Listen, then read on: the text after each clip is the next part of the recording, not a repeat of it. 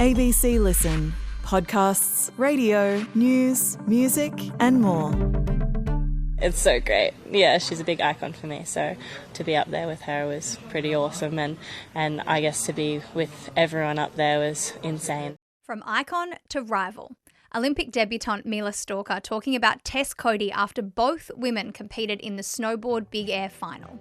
The two Australians missed the medals but finished in the top 10 in the world, which is a remarkable feat when you consider that much of their training is done without snow.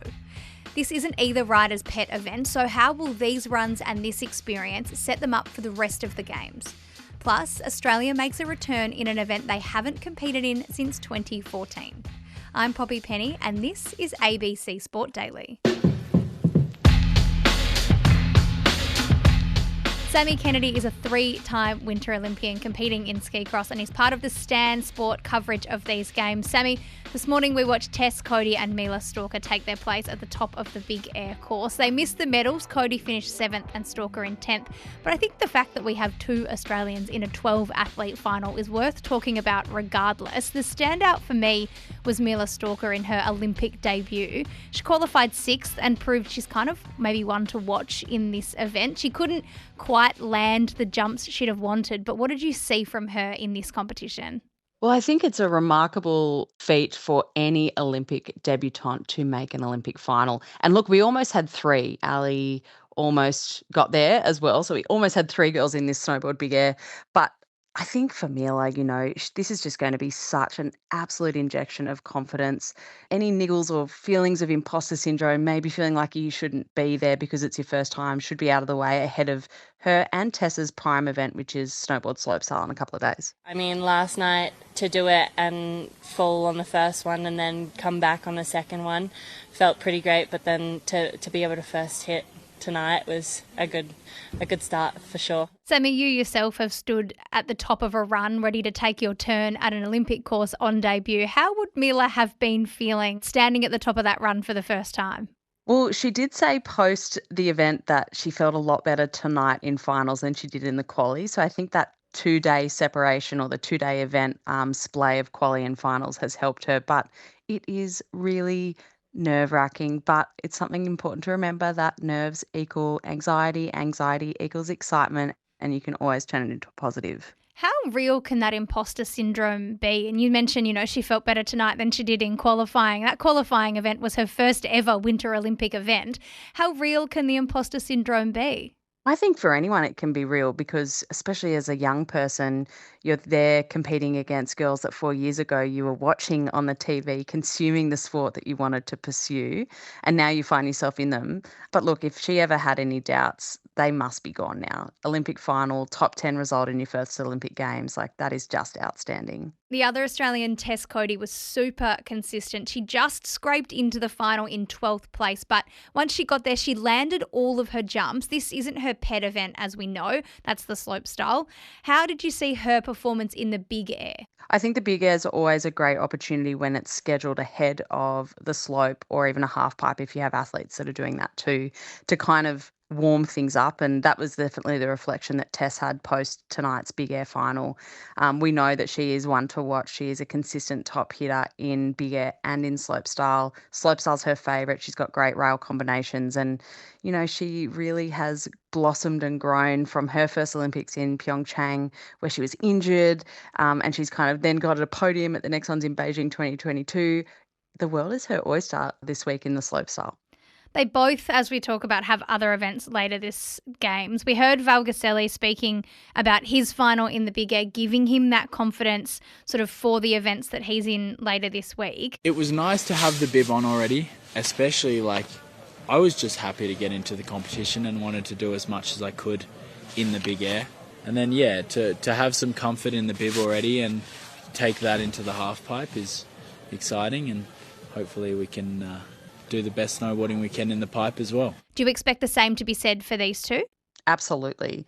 From memory, Beijing Big Air, the actual schedule of the event was behind the slopestyle. So for Tess, she had her podium performance in Beijing and then went to the Big Air and didn't nail it there. Whereas this is an opportunity now with that weaker event to kind of come in and build some momentum ahead of her primary event, which is slopestyle. just generally, we've had 3 athletes in these big air finals across the men's and the women's. How impressive is it to see these athletes making an Olympic final? Because regardless, they're the top 12 in the world at this event. How are we getting there? I think it's amazing, but also it's a reflection of the great investment that these families and also our supporting partners in winter sports are putting in the time and the effort to help these athletes realise their dreams. We've got a brand new facility now in the New South Wales Snowy Mountains where we have airbag facilities, we have trampoline facilities, so these athletes can train all year round. If they're injured, they can rehabilitate and get back to their craft on a snowboard or on skis sooner. And I think this Olympics, we are really seeing the benefit of that investment. How much are they training with adaptations for, a winter sport in a summer country? I know that for the ski jumpers, there's almost a water slide style jump up in Queensland that they train at. How innovative is the training here where they're having to mix things up so they can still live in Australia but train for these sports? Well, funnily enough, like the water ramp facility up in Brisbane and the airbag facility that's in Jindabyne, they're not abnormal. I think it's just great that we've finally seen that we've got all of that infrastructure here in Australia rather than having to have athletes travel across the globe to use summer facilities like that, because that's what happens. There's not snow all year round, right? To be able to provide our athletes with those sort of facilities here, it actually, what we're seeing in these younger teams like with Ali and with Mela in the snowboard, is that they're getting an opportunity to refine their craft at an earlier age. So we're going to see a big injection of talent in these sports with this infrastructure that now exists in New South Wales and in Queensland. Yeah, and being able to watch the games, I think, is such a great incentive for young athletes. You hear so many of our Winter Olympians talk about watching it on the telly and being inspired. So this is an opportunity for that next gen, and the fact that this is available for them is pretty impressive. I just want to talk about the winner, the gold medal rider, the Japanese rider Murase Kokomo. What made her 2 jumps so spectacular in the big air? Because, geez, they were impressive. I mean, look, like I said, like these sort of facilities that we have in Australia aren't one of their kind. They are across the globe, and Japan have water ramp and airbag facilities too. And this is a sport that it's like gymnastics, it takes precision, it takes dedication, it takes a lot of repetition. And that consistency only comes from that time practicing your craft.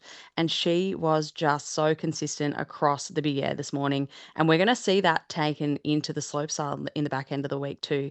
But she was just so steely faced, and it was great to see when she did nail it on that 3rd jump, that emotion and that raw human element come out. Very quickly, you've been competing at the last 3 Olympic Games. Have you found yourself missing it at all? Actually, yes. This is the first time in 4 years since I've retired. I've been chatting with our Aussie superstar, Kyra Wheatley, who's competing in the ski cross at the end of next week, and seeing the course. And I've gone, oh my God, I want to be there. That looks like so much fun. It's the first time for me in 4 years that I'm having that bit of that feeling. But also, it's really cool to be able to consume the sport without any emotional investment in my own performance. I won't lie. That's a little selfish of me to say, but I'm really enjoying getting to enjoy the breadth of the Olympics, whereas before, it's been performance focused for me, and I've kind of had to tune a lot of it out. So it is so nice to feel like I'm part of it without any risk to my body. And I'm sure you've got a fair bit of time back in your schedule in terms of training and diet and all that kind of thing. Yeah, definitely. I mean, I'd love to say that I go to the gym heaps, but the reality, that doesn't happen. I think you've probably earned a bit of a rest. You can catch Sami Kennedy on the Channel 9 and Stan Sport coverage of these games. Thank you so much for your time today, and enjoying the rest of the Olympics. Thank you. Andrew McGarry is part of the ABC Sport team covering the Winter Olympics, and Goz, the Australian team have returned to the ice dancing for the first time since 2014 in Sochi. How did Holly Harris and Jason Chan go? Well, it's been a good solid start for the Aussies. Danielle O'Brien and Greg Merriman were the last Australians to go in the ice dance. They came 20th in 2014. Holly Harris and Jason Chan have done their rhythm dance, or short program if you like. They've scored 67.75 to their routine to some Jennifer Lopez numbers. Their final position isn't quite settled yet because there's still a few skaters to go, but they already know they've qualified for the next round. And the next round is? Tell us a little bit about what comes next for this pairing. So the first one, as I say, the rhythm dance is a sort of prescribed section where you've got to skate to a certain type of music, in this case compulsory 90s. The free dance at the end is, as it says, free, which means that you get to choose the music and you get to choose the moves.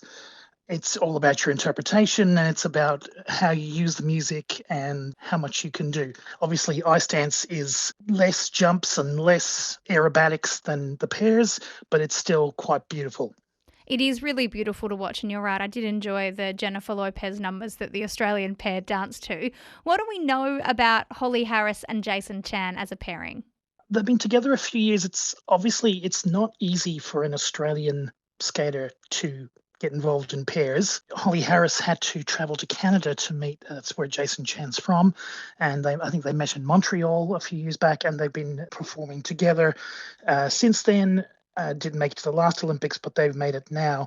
Holly Harris has one claim to fame, which is that she was coached or mentored by the great Christopher Dean, part of Torvill and Dean, who they won gold in Sarajevo in 1984 with Bolero, which has gone down as one of the biggest things in history in ice dance. Certainly a good name to be putting on your resume as a mentor. Andrew McGarry, you'll be watching the ice dancing and the next component of that very closely. Thanks so much for your time. No worries.